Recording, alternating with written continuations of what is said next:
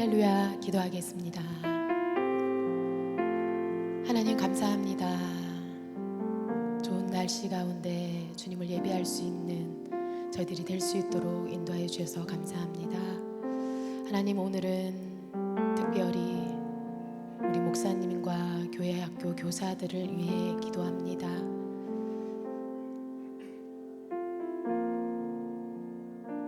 양떼들을 위해 귀한 말씀으로 늘 준비하고 애쓰시는 목사님과 또한 교회 학교 아이들을 사랑으로 또한 묵묵히 훈육하는 우리 교사 선생님들의 수고와 헌신을 주님 기억하여 주시고, 또한 아버지 교회 안에서 또한 보이지 않는 곳에서 수고하고 헌신하는 사명자들을 주님 기억하여 주시기를 원합니다.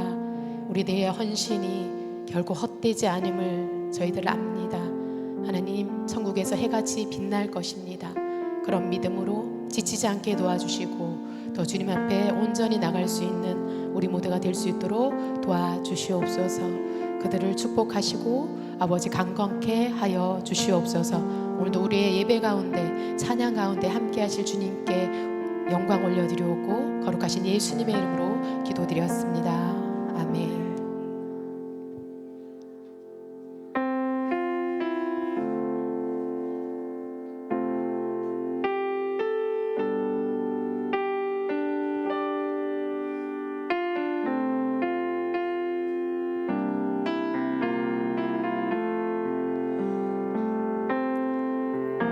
주님과 함께하는 이 고요한 시간, 주님의 보좌 앞에 내 마음을 쏟네. 모든 것 아시는 주님께 감출 것 없네. 내 맘과 정성 다해 주 바라나이다.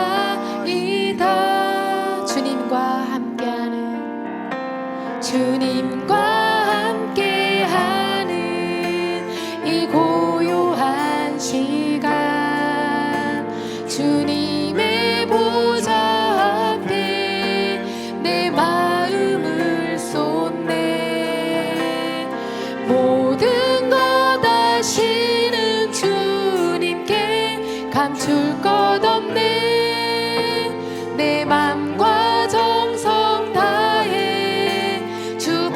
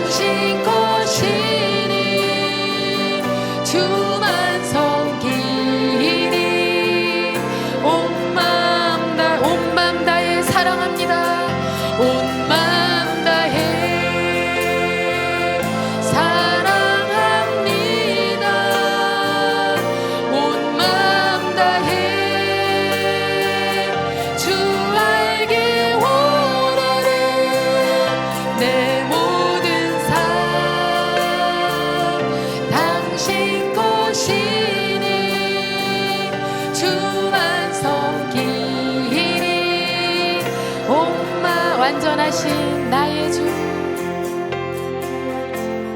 완전하신 나의 주, 의의 길로 나를 도하소서.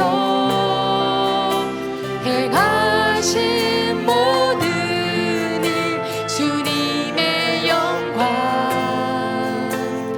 다 경배하니. 완전하신 나의 주를 찬양합시다. 완전하신 나의 주, 의의 길로 나를 도하소서. 행하신 모든 일 주님의 영광 다 경배하니. 예배합니다.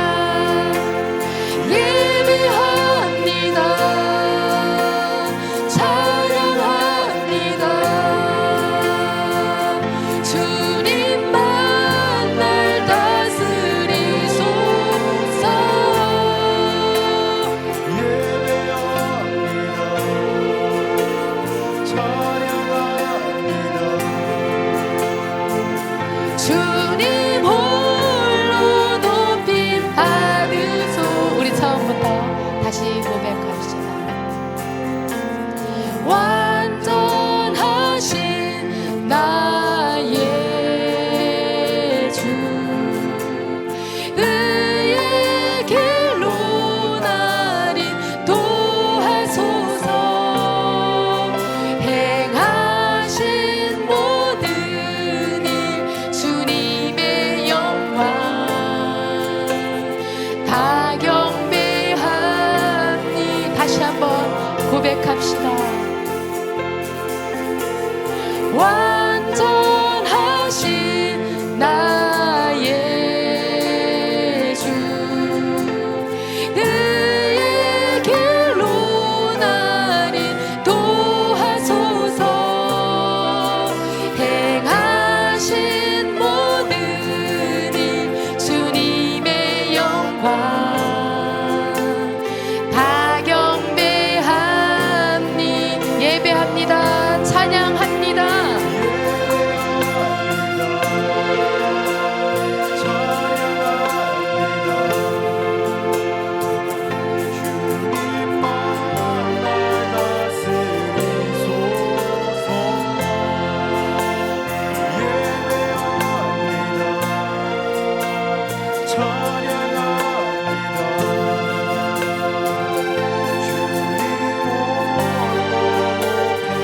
예배합니다. 주님, 우리의 찬양을 받아주소서.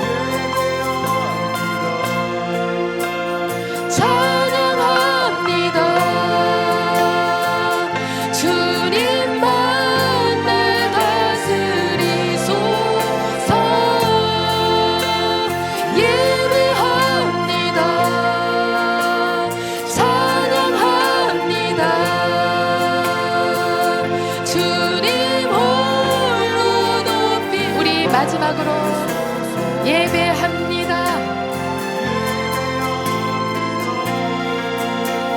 찬양합니다. 주님만 날 다스리소서. 예배합니다. 찬양합니다. 주님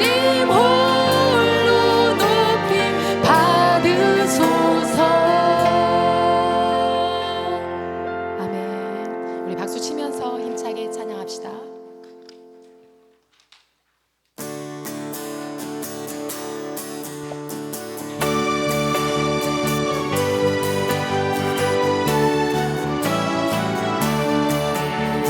이 세상의 모든 죄를 밝히시는 주의 보혈, 성자 예수 그 귀한 피 찬송하고 찬송하세.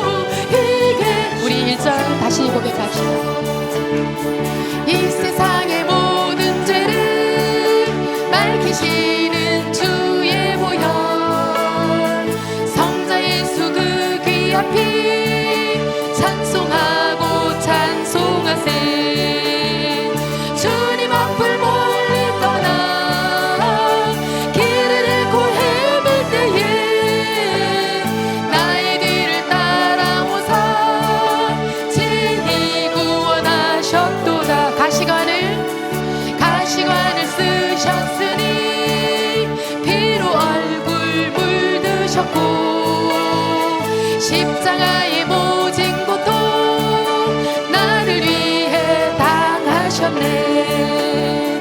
말로 형용할 수 없는 구세주의 구속하신 그네와 크신 사랑 찬송하고 흰 눈보다 더 흰 눈보다도 흰 눈보다도 주의 흘리신 보혈로 이게 3절 마지막으로 고백합시다. 아버지를 멀리 떠나 바른 길을 저버리고 여러 가지 죄악으로 주홍같이 되었으니 물 같은 것 가지고는 씻을 수가 없는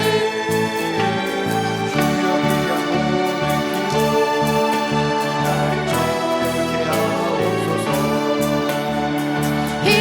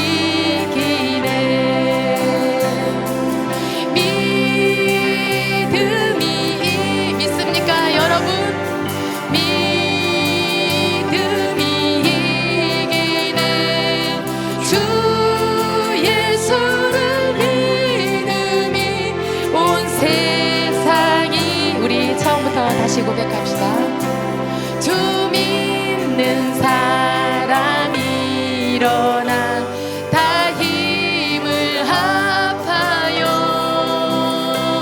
이 세상 모든 마귀를 다 쳐서 멸하세. 저 앞에 오는 적군을 다 싸워 이겨라. 주 예수 믿는 힘으로 온 세상 끝까지 이긴 자에게 끝까지 이긴 자에겐 흰 옷을 입히고 또 영생복을 주시니 참 기쁜 일일세. 이 어두운 세상 지나서 저 천성 가도록 주 예수 믿는 힘으로 온 세상 이깁시다. 여러분, 믿음이 이기네.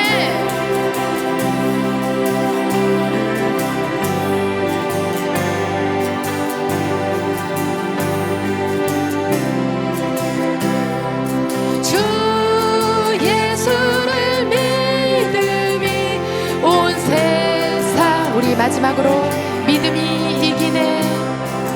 믿음이 이기네. 아멘.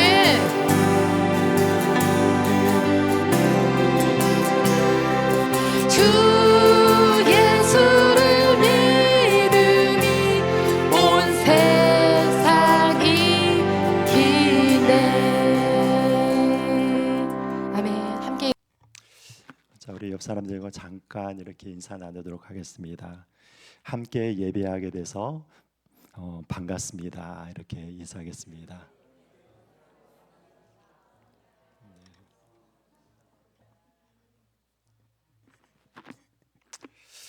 자, 여러분, 오늘은 좀 즐거운 체육대회입니다. 그렇지만 여러분, 체육대회에 앞서서 우리가 예배도 이렇게 정성껏 이렇게 드려야 되죠. 여러분, 우리 체육대회 전에 드리는 예배가 아니라 여러분 체육대회보다 더 메인이 예배입니다. 그래서 여러분 잘 집중하고 오늘 이 시간에 이 말씀 가운데서 큰 은혜를 받으신 여러분들이 되시기를 예수님의 이름으로 축복드립니다.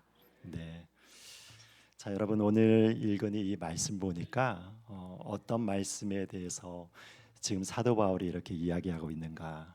그것은 무엇이냐면 사도 바울의 마음 가운데서 자기 동족을 향한 그 사랑이 얼마나 깊은지를 표현하고 있는 이 말씀이 바로 우리가 읽은 이 말씀 가운데 나타나주고 있습니다.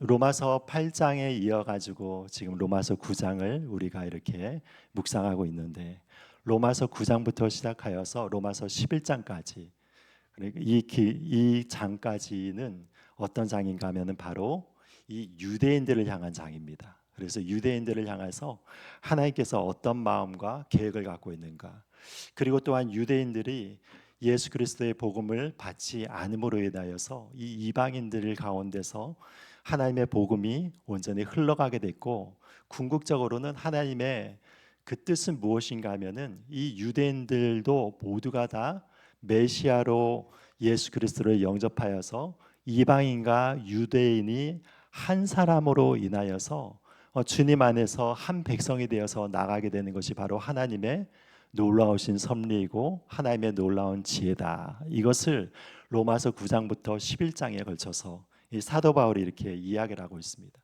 그런데 여러분, 우리가 지난번에 살펴봤던 로마서 8장과 더불어서 로마서 9장 말씀을 이렇게 생각할 때 굉장히 지금 보니까 분위기와 어조가 많이 달라진 것을 보게 되는 것이죠. 로마서 8장에서 말씀은 어떤 것입니까? 정말로 주옥 같은 말씀을 우리에게 허락하여 주시는데, 하나님께서 우리에게 허락하여 주신 생명의 법, 성령의 법이 있음으로 말미암아 우리가 이제 죄와 사망의 법으로부터 해방되었다는 것을 당당하게 이 사도 바울이 선언하고 있는 것을 우리가 찾아보았습니다. 그래서 그것이 우리 가운데서 너무나도 확실한 그 약속으로 주어졌기 때문에 우리에게는 결코 정잠이 없다라고 사도 바울이 당당하게 선언을 하고 있습니다. 그러면서 그 다음에 이야기를 하는 것이 무엇입니까?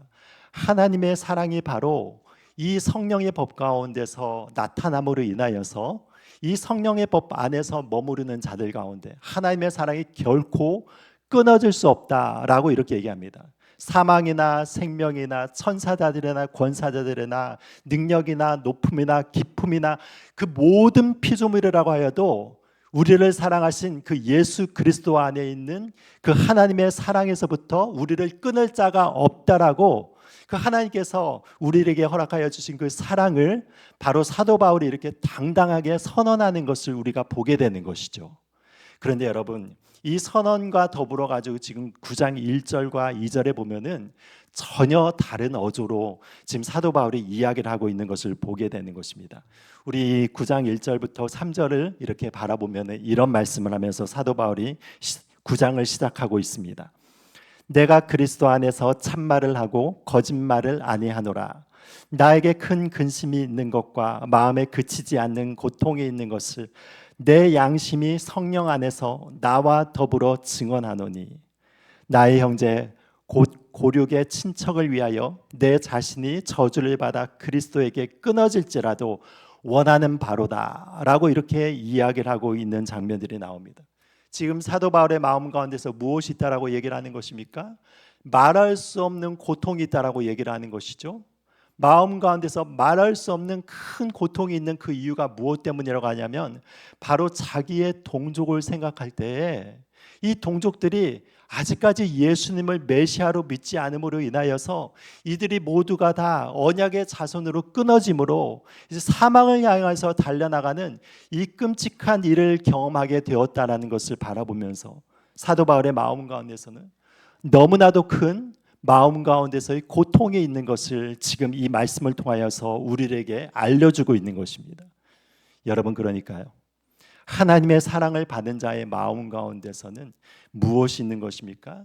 첫 번째로 우리가 생각할 때는 하나님께서 주신 그 은혜로 말미암아서 구원받은 감격과 기쁨과 해방을 우리가 선포함과 동시에, 그리고 두 번째로 생각하는 것이 무엇인가 하면은 하나님께서 우리들에게 이런 큰 은혜를 허락하여 주셨기 때문에 우리들의 주변에 아직까지도 이 예수님의 사랑을 알지 못하는 자들, 예수님의 사랑을 체험하지 못한 자들을 향하여서 마음 가운데서 큰 고통과 근심이 있다는 것에 대해서 지금 이렇게 이야기를 해주고 있는 말씀이 되는 것이죠.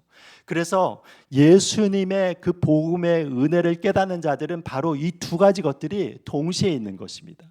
우리가 하나님의 은혜를 바라볼 때 큰 기쁨과 영광 가운데서 하나님 앞에 찬양을 드리고 감사를 드리는 그 마음도 있는 것이고, 그리고 동시에 이 사랑을 내가 받았으니까 알지 못하는 이런 자들을 향하여서 불타는 마음을 가지고 아직까지 예수님의 사랑에 들어오지 않은 그런 자들을 향하여서 마음에 안타까운 마음과 고통이 있는 것을 하나님께서 우리에게 알려주신 것입니다.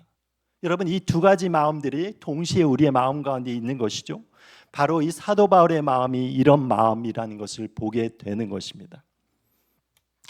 여러분들 가운데서도 아직까지도 가족 가운데서 예수님을 영접하지 않으신 그런 가족이 있지 않습니까? 저도 이렇게 신방을 이번에 이렇게 돌아다녀 보니까 여러분, 아직까지도 예수님을 영접하지 않은 그런 가족분들이 계신 분들에게는 신방 가운데서 이렇게 얘기하면은 항상 말씀을 하시는 것이, 우리 가족 가운데서 우리의 남편이, 우리의 자녀들이, 우리의 어머니 아버지가 아직까지 예수님을 영접하지 못하고 있습니다. 그것을 위해서 목사님 기도해 주세요. 다른 것은 필요하지 않고 이것만 이렇게 위해서 기도해 달라고 하시는 그런 여러 성도님들을 만났습니다. 여러분, 그러니까 그 마음 가운데서 예수님의 사랑을 깨달은 자들이 당연히 그 마음 가운데서 얻게 되는 그 부담감은 무엇인 것입니까? 아직까지도 예수님을 영접하지 못한 그런 가족들을 보면서 마음에 안타까운 마음들이 있는 것이죠. 저도 마찬가지입니다. 여러분, 저희 가족은 모두가 다 예수님을 믿지만 저희 친지들 가운데서는 아직까지 예수님을 믿지 않으시는 그런 분들이 계십니다. 특별히 제가 기도하고 있는 분 가운데 한 분이 누구인가 하면은 바로 저희 그 작은 이모입니다.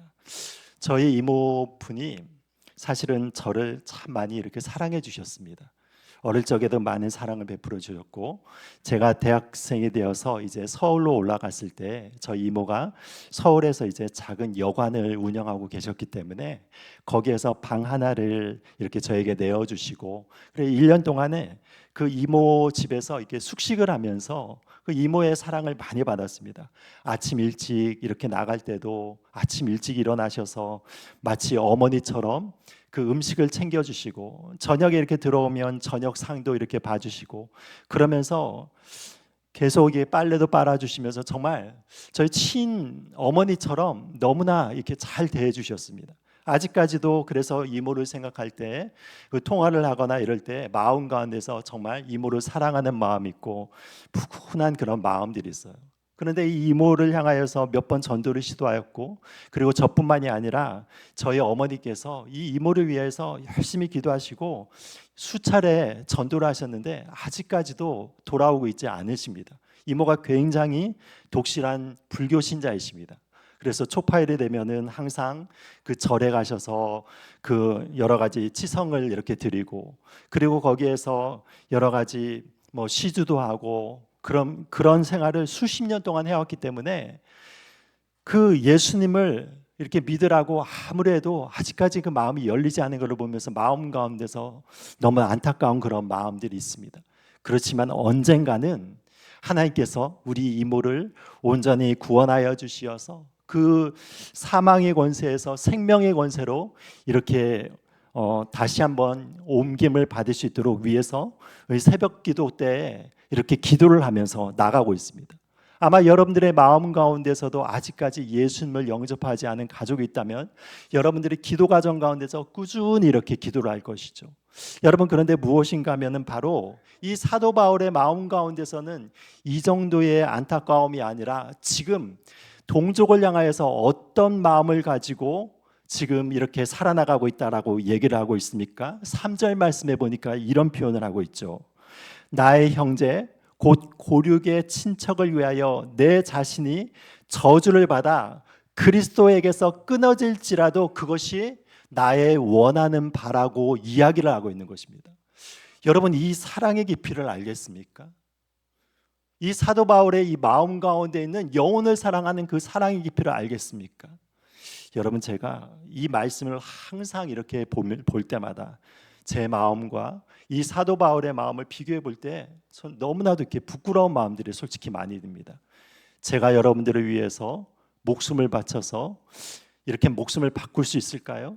그런 마음을 이렇게 마음 가운데서 떠올리면서 볼 때 사실 저희 마음 가운데서도 아직까지도 너무나 사랑이 부족하다는 것을 이 말씀을 통해서 이렇게 보게 되는 것입니다. 그렇지만 여러분, 정말로 하나님께서는 이런 신실한 사역자를 통하여서 지금까지 이 교회들을 이끄시고 붙들어 주셨음을 이렇게 알게 되는 것입니다. 우리나라 역사 가운데서도 어떤 역사들이 있습니까? 여러분, 일제시대라든지 아니면 6.25 때라든지, 여러분, 이 신실한 목회자분들이 정말로 무엇이면 자기 목숨보다 교회를 더 사랑하신 분들이 우리의 역사 가운데 많이 있었음을 알고 있습니다. 여러분, 그래서 공산군이 이렇게 쳐들어왔을 때 그 다른 사람들이 다 피신을 가도 정말로 신실한 목회자들 가운데서는 어떤 분들이 계셨습니까? 나는 이 하나님의 교회를 떠날 수 없다. 내가 목자가 되어서 이 교회를 어떻게 버리고 피난길에 올 수 있는가, 그런 생각을 가지고 공산군이 쳐들어옴에도 불구하고 자기가 죽을 줄을 알면서도 그 예배당에 지키고 있었습니다. 그렇게 해서 피를 뿌린 많은 순교자들이 있음을 우리가 알고 있습니다. 여러분, 손양원 목사님도 여러분 잘 아시지 않습니까? 이 손양원 목사님이 어떻게 돌아가셨습니까?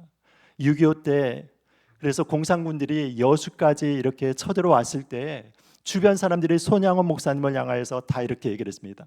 목사님, 곧 있으면 공산군들이 쳐들어옵니다. 피하십시오. 공산군들이 쳐들어오면 목사님의 그 목숨이 위태롭습니다. 그 공산군들을 향하여서 이렇게 이야기를 했는데 이 손양원 목사님은 어떻게 얘기했습니까? 내 양떼들이 여기에 있는데 내가 어디로 가겠는가 하면서 여러분 거기에서 그냥 계시다가 공산군들의 총칼에 의해서 죽임을 당하는, 이 순교를 당하는 그런 일들을 우리가 알고 있죠. 여러분 무엇인가 하면은 바로 이런 목자의 마음이 있었기 때문에 자기의 양떼를 자기의 생명보다 더 사랑하는 그 선조들의 신앙이 있었기 때문에 여러분 우리가 지금 이렇게 편안하게 예배를 드릴 수가 있는 것입니다. 여러분 그리고 우리가 이렇게 여기에서 이런 부흥의 역사를 이렇게 경험을 하고 우리가 그 사랑을 나누는 것이 무엇인가 하면은 바로 우리의 선조들의 이 목숨을 건, 영혼을 건 이 사랑이 있었기 때문에 우리가 지금 이 순간에 이렇게 예배를 드릴 수 있다는 것입니다. 여러분 이런 마음이 누구에게 있었다라고 얘기를 하고 있습니까? 사도 바울에게 이런 마음이 충만하게 있어서 여러분 여기에서 얘기하는 것은 무엇입니까? 내가 나의 민족을 위하여서 하나님의 생명에 끊어질지라도 그것이 바로 나의 원하는 바라고 그렇게 얘기를 하고 있죠. 여러분 이것에 대해서 어떤 사람들은 이것은 바로 사도 바울이 이렇게 이야기를 했을 때 하나님께서 사도 바울을 결코 버리지 않는다는 것을 염두에 두고 이런 이야기를 한 것이라고 얘기하고 있지만 여러분 결코 그런 것이 아니죠. 여기에 2장 2절을 보면 어떤 이야기를 합니까? 이런 부분들에 있어서 그런 그치지 않는 고통이 있는 것을 내 양심이 성령 안에서 나와 더불어 증언한다라고 얘기를 하는 것이죠. 그러니까 무엇입니까?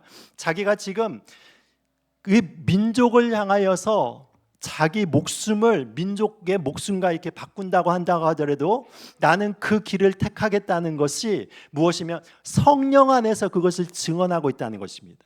하나님의 이름을 걸고 내가 이렇게 얘기하는 것은 무엇이면 거짓말이 아니라고 그렇게 얘기를 하는 것이죠. 사도 바울의 마음 가운데서는 그런 유대인을 향한 간절한 마음이 있습니다. 여러분 그런데 우리가 그렇다면 이 유대인 이스라엘 백성들을 향하여서 어떤 마음을 가지고 어떤 상관이 있는지를 알아야 되는 것이죠. 여러분 우리가 9장부터 11장까지는 대부분이 유대인들에 대한 이 말이기 때문에 사실은 우리와 이 말씀이 어떤 직접적인 연관성을 갖고 있는가에 대해서 우리가 이렇게 의문을 드는 일들이 있습니다. 그래서 많은 사람들이 지금도 그렇게 생각하죠. 여러분들은 어떻습니까? 여러분들은 유대인들을 향하여서 생각할 때 어떤 마음이 드십니까? 유대인들과 우리와는 도대체 무슨 관계가 있는 것입니까? 여러분 유대인들은 유대인이고 우리들은 우리이고 그러면서 유대인들은 2000여 년 전에 예수님께서 이 땅 가운데 오셨을 때 유대인들이 예수님을 못 박아 죽이지 않았습니까? 그러므로 인하여서 그래서 유대인들 가운데서는 기독교인들 가운데서도 어떻게 생각하냐면 유대인들 가운데서 지금도 그 예수님의 그 죽인 핏값의 대가를 지금 치르고 있다라고 그렇게 생각하시는 분들이 있습니다. 여러분 그래서 이런 똑같은 생각을 언제도 했었냐면 이 중세 때도 해가지고 여러분 중세 때에 십자군 전쟁을 통하여서 그 땅에 갔을 때 그리고 또한 중세에 있어서 많은 유대인들이 어떻게 되냐면 이 유대인들이 바로 예수님을 죽인 자라고 하여서 많은 핍박을 당했습니다. 그리고 마녀 사냥을 통하여 가지고 많은 유대인들이 피를 흘리게 된 것이죠. 그리고 여러분 역사를 바라보면 어떤 것이 있냐면 히틀러가 그 600만의 유대인들을 학살하였을 때 여러분 어떤 논리를 가지고 학살하였는지 압니까? 그 히틀러도 어떤 논리를 가지고 얘기했냐면 바로 이 유대인이라고 하는 이 사람들이 예수님까지 죽인 정말로 악한 민족이기 때문에 이 유대인들은 바로 이 지구상에서 없어져야 될 그런 민족이라고 하는 그런 마음을 가지고 그 유대인들을 학대한 것들을 보게 됩니다. 여러분 그래서 어떠냐면 지금도 어떻습니까? 유대인들이 예수님이라고 하는 그 이름을 아주 혐오스럽게 생각을 하는 것입니다. 유대인들의 마음 가운데서는 아직까지도 예수에 대한 그 분노가 있는 것이죠. 그 분노가 왜 있는 것입니까? 예수님을 죽인 자들이 유대인이라고 하는 이 크리스천의 마음 가운데 있는 그 잘못된 생각으로 인하여서 여러분 크리스천들이 이 유대인들을 죽이는데 앞장선 것들은 역사에서 여러분 피할 수 없는 그 과오가 되는 것입니다. 지금도 그렇게 생각하시는 분들이 있죠. 예수님을 이렇게 십자가에 못 박을 때 바로 빌라도는 예수님을 놓아주려고 했을 때 유대인들이 어떻게 얘기했습니까? 십자가에 못 박게 하소서 하면서 그러면서 이 죄 없는 자들의 피를 피의 대가를 너희가 당하라라고 빌라도가 얘기하니까 어떻게 했습니까? 그 피값을 우리에게 돌리소서, 우리에게 돌리소서 하면서 그렇게 외친 유대인들을 보게 되는 것입니다. 여러분, 그래서 이 유대인들이 생각할 때 어떻게 생각하냐면 이제 유대인들의 그 모든 축복, 영적인 축복들은 예수님의 십자가에 못 박음으로 말미암아 그 이후에 예수님으로부터 떠나감으로 인해서 유대인들은 지금 버림받은 민족이 되었고, 그 영적인 축복이 바로 이 교회 가운데서, 이방인의 교회 가운데서 흘러나와서 우리가 바로 참된 유대인이고 참된 이스라엘인이라고 그렇게 생각하면서 지금 이렇게 그 신앙생활을 하시는 분이 많이 있습니다. 여러분, 이것을 무엇이라고 얘기하면 이 대체 신학이라고 이렇게 이야기를 합니다. 무엇이면 바로 그 유대인들에게 허락하여 주신 그 축복이 바로 교회로 대체가 되었고, 이방인의 교회로 그 모든 축복들이 지금 이렇게 옮겨졌음으로 인하여서 우리가 바로 진정한 이스라엘이라, 참 영적인 이스라엘이라고 그렇게 생각을 하는 것이죠. 여러분, 그래서 지금 유대인들은 지금 버림을 받았고 우리가 그 축복을 누리고 있다. 그것이 무엇이냐면 바로 대체 신학의 그런 주된 주장이 되는 것입니다. 여러분, 그런데 지금 사도 바울이 어떻게 이야기를 하고 있는 것입니까? 4절 이하를 보면은 이렇게 이야기를 하고 있습니다. 지금 유대인들의 특권에 대해서 이야기를 하고 있습니다. 그들은 이스라엘 사람이라. 그들에게는 양자됨과 영광과 언약들과 율법을 세우신 것과 예배와 약속들이 있고, 조상들도 그들의 것이요 육신으로 하면 그리스도가 그들에게서 나셨으니 그는 만물 위에 계셔서 세세의 찬양을 받으실 하나님이시니라. 여러분, 이렇게 나와 있습니다. 그러니까 유대인들이 지금 어떤 축복을 받았다는 것입니까? 여기 보니까 그들에게는 양자됨이 있다라고 얘기합니다. 그들이 하나님의 아들이라고 이야기를 하고 있는 것이죠. 여러분, 출애굽기 4장 22절을 보면은 어떤 말씀이 있냐면 그는 나의 장자라고 얘기를 하는 것입니다. 이스라엘이 바로 나의 장자라고 이야기를 하는 것이죠. 여러분, 그래서 어떻게 얘기하냐면 바로에게 모세, 너는 가서 이스라엘이 바로 나의 장자이기 때문에 나를 섬겨야 된다고 이렇게 이야기를 하라. 그렇게 하나님께서 명령을 하는 것을 보게 되는 것입니다.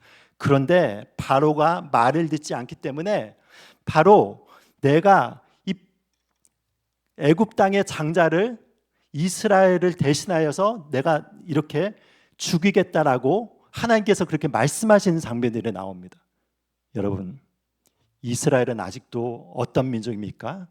장자 민족입니다. 분명히 아셔야 돼요. 여러분, 이것이 그냥 하나님께서 한 말을 이렇게 말씀하시면 여러분 이것이 시건치 않으시는 분이시기 때문에 한 번 이야기를 하면은 여러분 이것은 영원한 말입니다. 지금도 무엇인가 하면 바로 이스라엘은 하나님의 장자의 나라인 것입니다. 그래서 여러분 역사의 중심이 어디로부터 이렇게 흘러가는가 하면 이 이스라엘의 여러 가지 것들을 바라보며 흘러가는 것을 보게 되는 것이죠. 그것이 무엇이냐면 로마서에서도 지금 이렇게 사도 바울이 이언하고 있는 것이 무엇입니까? 예수님이 오실 그때가 되면, 이 재림의 때가 가까우면 어떤 일들이 일어난다고 하게 되는 것입니까?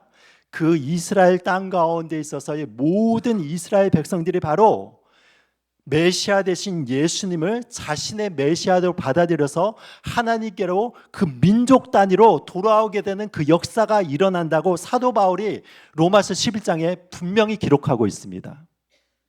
여러분, 그러니까 우리가 이스라엘이 지금 어떻게 지금 여러 가지 일들을 겪고 있는지를 유심하게 바라봐야 됩니다. 왜 바라봐야 되는 거예요? 이스라엘의 역사를 흘러가는 거 보면은요, 하나님께서 이 모든 세계를 어떻게 경영하신지를 깨닫게 되는 것인데, 지금은 어떤 세대입니까? 이스라엘 백성들이요 돌아오고 있습니다. 하나님의 백성으로 돌아오고 있어서 여러분, 전에는 상상할 수 없을 정도로 많은 이스라엘 백성들이 지금 하나님께로 돌아오고 예수님을 자기의 주님으로 영접하는 역사들이, 놀라운 역사들이 지금 일어나고 있어요. 그런데 이스라엘 백성들이 얼마나 강팍한 민족들입니까? 그래서 지금도 예수님을 이렇게 전하다가 폭탄 테러를 받거나 살해를 당하거나 그런 위험한 일들을 지금도 당하고 있습니다. 그런데 여러분, 하나님께서 지금 이스라엘을 찾는데 꿈과 환상을 통하여서 그렇게 기도하는데 그런 하나님께서 그 음성을 들려주심으로 갖가지 기적으로 말미암아서 지금 이스라엘을 부르고 있는 거예요. 여러분, 그런 때를 우리가 지금 살아나가고 있습니다. 그런 이스라엘의 축복이 어떻게 우리 가운데서 또 흘러가고 있는 것입니까? 여기를 보면은 또 영광과 언약들과 율법을 세우신 것, 예배와 약속들을 다 이스라엘 가운데 있다는 것이죠. 영광은 무엇입니까? 하나님의 영광이 모세 가운데서 함께함으로 인하여서 그 시내산 가운데서 놀라운 영광 가운데서 임하였던 그 영광이 있지 않습니까?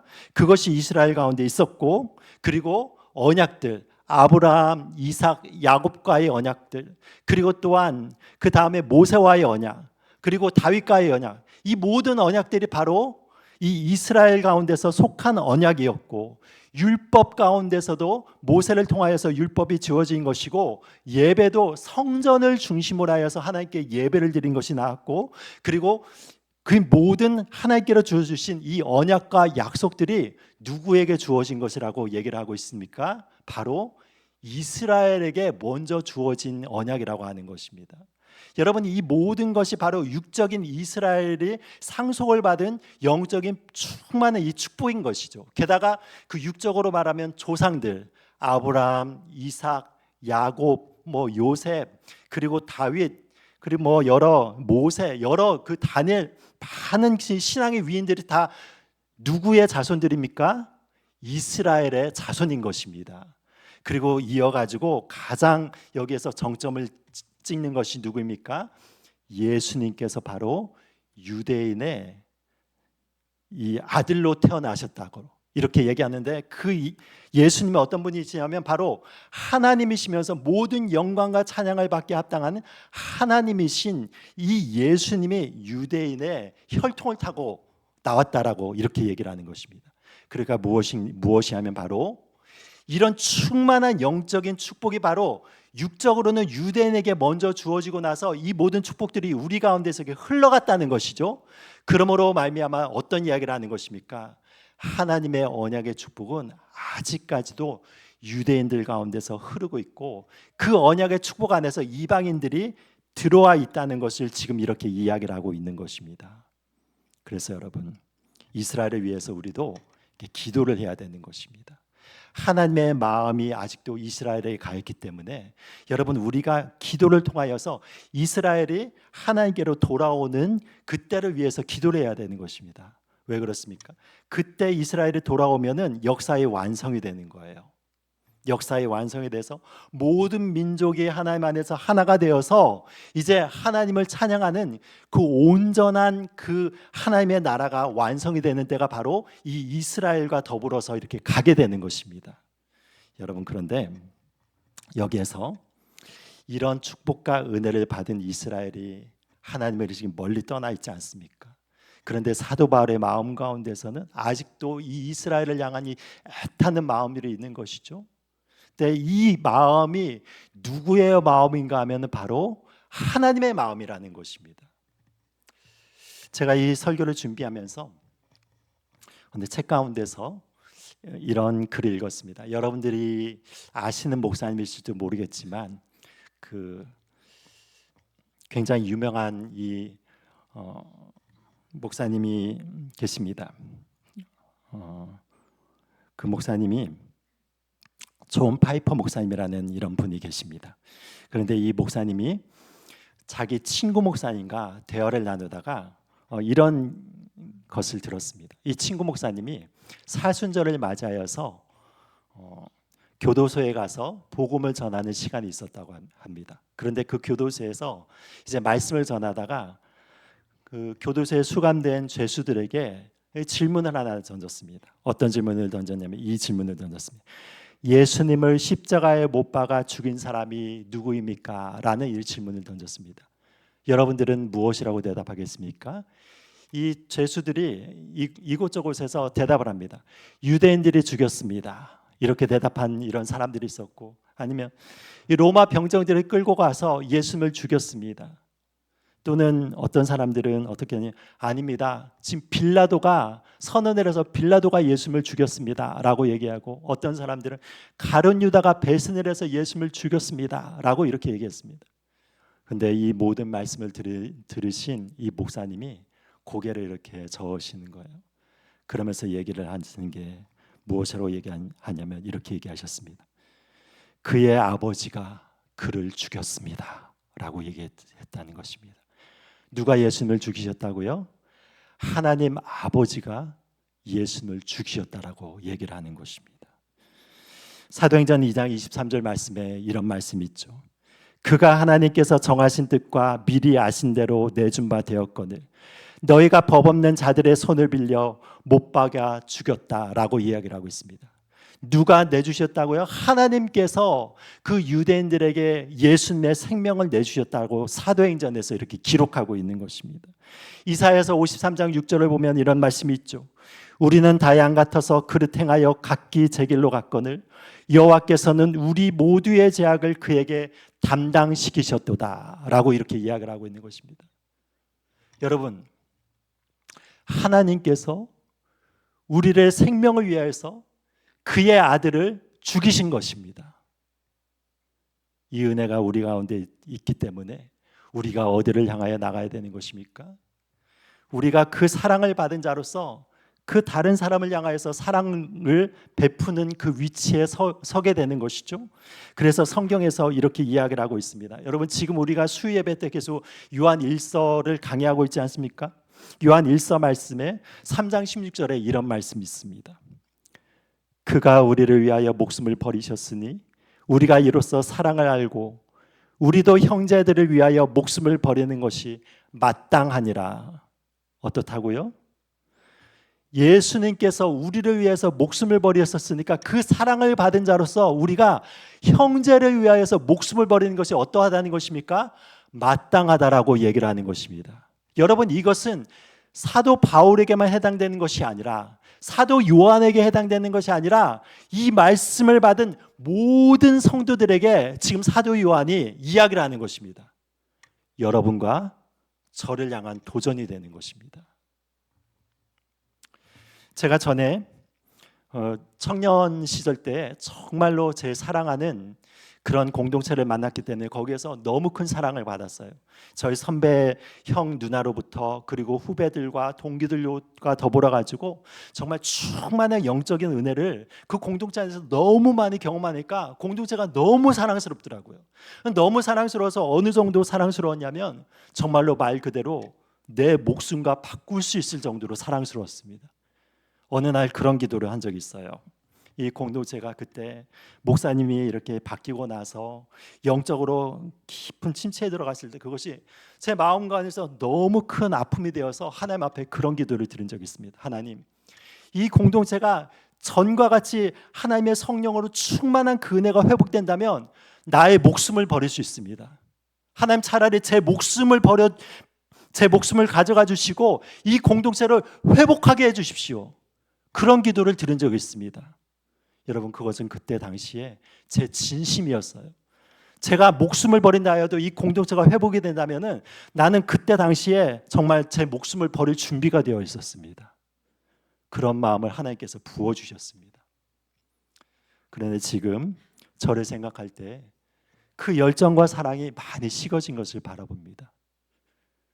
그런데 여러분, 하나님은 이런 마음을 원하시는 거예요. 우리 공동체를 바라보면서, 우리의 이웃을 바라보면서, 우리 교회를 바라보면서 나의 목숨을 다한다 하더라도 나는 이 공동체를 사랑하고 내 목숨보다 더 사랑하는 것을 하나님께서는 원하시는 것입니다. 그것이 바로 하나님이 우리를 향한 마음인 것입니다. 사랑하는 여러분, 우리가 이 목표가 있는 것이죠. 우리가 이것이 굉장히 힘든 목표일 수 있습니다. 그렇지만 우리가 이 목표를 향하여 달려나갈 때 우리의 기준점이 달라지는 거예요. 여러분, 우리가 옆산에 오를 때, 예를 들면 우리 그 삼척에 있는 봉황산을 오를 때를 여러분 생각해 보십시오. 그러면 어떤 마음을 가지고 오르십니까? 여러분, 봉황산 오르는데 힘드십니까? 저희 아내하고 이번에 벚꽃 구경하려고 봉황산에 올라갔는데 굉장히 힘들어하더라고요. 예. 올라가는데 막 허덕허덕하면서 언제 이게 올라가나 막 그러면서 그 체력이 너무 안 좋아가지고 힘들어하더라고요. 그런데 여러분 봉황산을 간다고 하면은 여러분이 커피 한 잔을 빼들고 그쪽으로 가가지고 조금 이렇게 올라가면 어떻습니까? 평평하게 이렇게 그 완만한 그 산지가 나타나면서 뭐 온 삼척 시내가 다 보이면서 커피를 마시면서 여유롭게 산책할 수 있지 않겠습니까? 여러분 그런데 여러분들이 에베레스트 산에 올라간다고 생각해 보십시오. 그러면 여러분 커피 한 잔 빼들고 슬리퍼 찍찍 끌고 에베레스트 산에 여러분 올라갈 수 있겠습니까? 마음 가운데서 그런 준비를 한다면 정말로 에베레스트 산 올라간다면은 여러분 어떤 준비를 하겠습니까? 먼저 체력부터 강화를 시켜야 되기 때문에 막 몇 킬로미터를 뛰고 제가 그 다큐멘터리를 이렇게 보니까 에베레스트 산에 오르기 위해 가지고 한 6월 달이 되었는데도 타이어를 막 이렇게 이 허리에 메고 막 뛰고 그런 훈련을 하더라고요. 여러분 그러니까 그런 훈련을 통해 가지고 막 죽도록 훈련한 다음에 에베레스트 산에 이렇게 도전을 한 것이죠. 여러분 마음가짐이 틀리지 않습니까? 여러분들의 신앙의 그 기준을 정확하게 삼으라는 것입니다. 우리가 적당히 그냥 신앙생활을 하면서 나 혼자 천국에 가면서 나 혼자 이렇게 살다가 천국에 가는 것이 신앙생활의 목적이 아니라 하나님께서 우리에게 목적을 하신 것이 무엇입니까? 네가 그 은혜를 받았으면은 너희 목숨을 다하여서 너희 이웃을 사랑하고 그 사랑의 복음을 전하라라고 하는 하나님의 목적이 있는 것입니다. 여러분 그 마음을 가지고 나갈 때 어떻게 되는 것입니까? 우리의 삶의 자세가 달라지는 것이죠. 하나님의 그 사랑의 마음 우리를 부르신 것입니다. 사랑하는 여러분, 우리가 부담스럽다 해도 이 말씀을 기억하십시오. 그가 우리를 위하여 목숨을 버리셨으니 우리가 이로써 사랑을 알고 우리도 형제들을 위하여 목숨을 버리는 것이 마땅하니라. 여러분 이 말씀이 우리의 말씀이 되기를 예수님의 이름으로 축복드립니다. 기도하겠습니다.